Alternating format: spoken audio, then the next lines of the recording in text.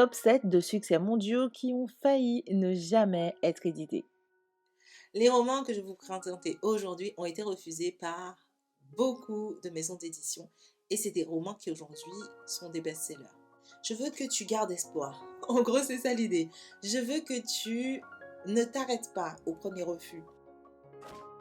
Salut à toi, et si tu ne me connais pas, je m'appelle Priska, je suis coach en écriture, auteur, nanani nanana.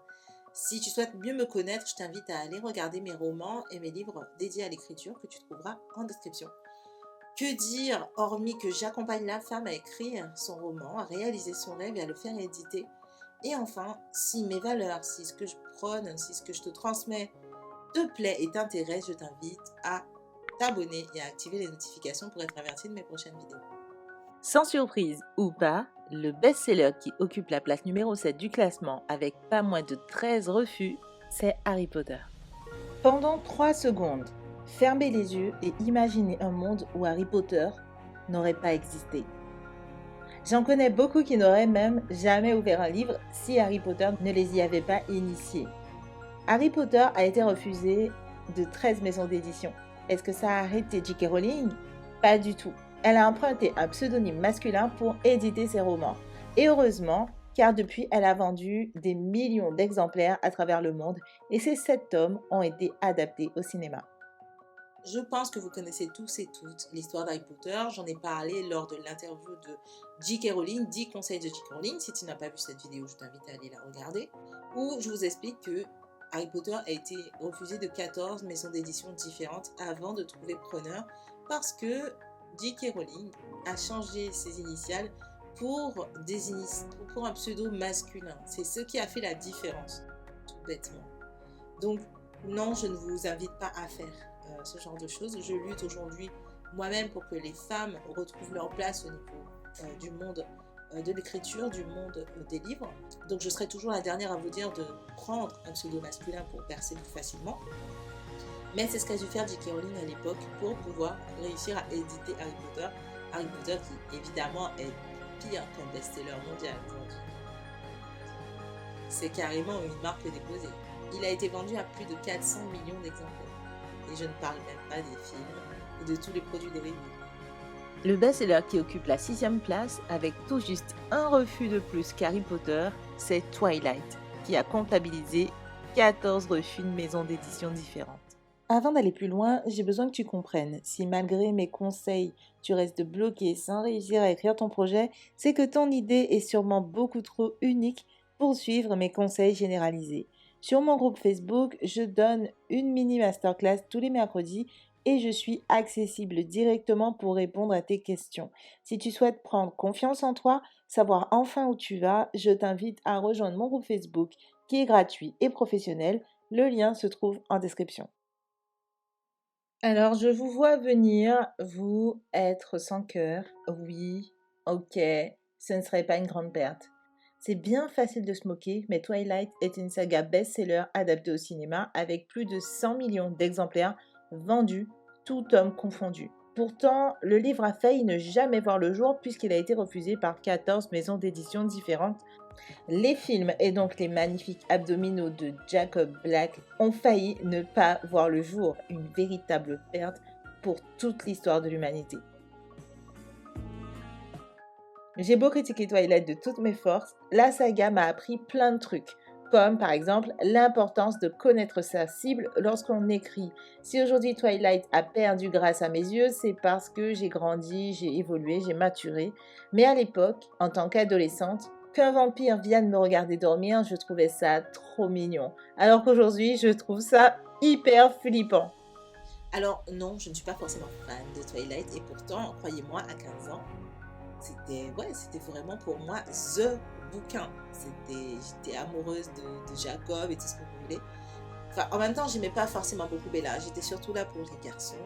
Et une fois que j'ai grandi, je me suis détachée de cette histoire parce que c'est plus du tout mes critères en tant qu'adulte. C'est vraiment une histoire qui est très ciblée ado et young adulte, mais c'est pas du tout une histoire adulte. Donc forcément, je me détache de cette histoire, alors qu'à l'époque, pour moi, c'était le Graal. Twilight, oh my god. À la 5e place de notre classement, nous avons le journal d'Anne Frank. Au vu du contexte et de l'époque, le journal d'Anne Frank a eu un mal fou à être édité par son père, le seul rescapé des camps de la mort. Pour le coup, ça aurait été une véritable perte pour l'humanité, et là je pèse mes mots, et surtout pour ce père souhaitant rendre hommage à sa fillette décédée dans les camps. Ce témoignage majeur va essuyer 15 refus avant de réussir à se faire publier aux Pays-Bas. À ce jour, ce livre a enregistré plus de 27 millions de ventes. Ça a l'air complètement fou pour moi, mais le numéro 4, c'est Dune, qui a essuyé pas moins de 19 refus de maisons d'édition. Dune est un classique qui a demandé 6 ans d'écriture à Frank Herbert. Depuis, cette saga a été adaptée au cinéma et une toute nouvelle adaptation du roman sorti en 1965 doit voir le jour le 1er octobre 2021. Il a finalement été édité en 1956, 59, 65.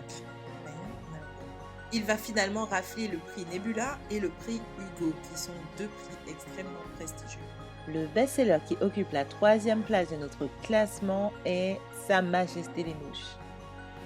Comme l'indique de façon très claire et précise le titre de ce chef-d'œuvre, ce roman nous parle d'un avion qui se crache sur une île déserte, transportant exclusivement des garçons anglais issus de la haute société. Et livré à lui-même, les 15 petits garçons survivants tentent de s'organiser en reproduisant les schémas sociaux qui leur ont été inculqués. Cette œuvre a été vendue à plus de 30 millions d'exemplaires et est considérée comme l'une des plus grandes œuvres de William Golding. Pourtant, il a reçu plus de 20 refus par des maisons d'édition. Le roman qui occupe la place numéro 2 de mon classement, c'est Carrie de Stephen King avec ses 30 refus d'éditeurs. Carrie s'est écoulé à plusieurs millions d'exemplaires et a été adapté au cinéma plusieurs fois. Je crois qu'on compte au moins 3 ou 4 interprétations cinématographiques. Carrie a reçu plus de 30 refus. Stephen King avait jeté le manuscrit à la poubelle et c'est sa femme qui l'a récupéré et qui lui a dit non, cette histoire, c'est une bonne histoire. Et finalement, il s'est fait éditer et il a vendu ses droits pour 400 000 dollars à l'époque, alors que ça en vaut beaucoup, beaucoup plus. Et le best du best, le numéro 1, celui qui remporte tous les suffrages de ce top 7, a reçu 38 refus. C'est Autant en emporte le vent. Ce livre est paru en 1936 et a été adapté au cinéma à peine 4 ans plus tard, ce qui est un laps de temps très court pour un roman qui a été refusé 38 fois. Est-ce que vous imaginez seulement le courage qu'il a fallu à Margaret Mitchell pour envoyer son manuscrit à un 39e éditeur? Et ceux-ci ont dû bien regretter parce que le livre s'est écoulé à 33 millions d'exemplaires à ce jour, sachant que l'année de sa sortie, il s'est écoulé à plus de 100 000 exemplaires en moins de 3 semaines. Margaret Mitchell est journaliste et à l'époque, en 1926, son mari lui a dit d'écrire une histoire pour passer le temps parce qu'elle s'ennuyait. Et elle a pris 10 ans pour écrire Autant n'emporte le vent. Autant vous dire qu'à l'époque, 1926, vous imaginez bien le monde misogyne que c'était. J'ai un dernier roman qui a reçu 121 refus avant d'être édité par le 122e éditeur. Je ne voulais pas proposer dans ce classement parce qu'il s'agit d'un roman que je n'ai pas lu, mais dont j'ai trouvé le curriculum sur Internet. Il s'agit du traité du zen et de l'entretien des motocyclettes. Et rien qu'en lisant le nom, je comprends parfaitement la réticence des maisons d'édition. Et au final, ce roman a été enregistré dans le Guinness des records. J'avais au début sélectionné 10 livres qui ont failli ne jamais être édités et qui ont fini par être des best-sellers, mais je ne les connais pas tous.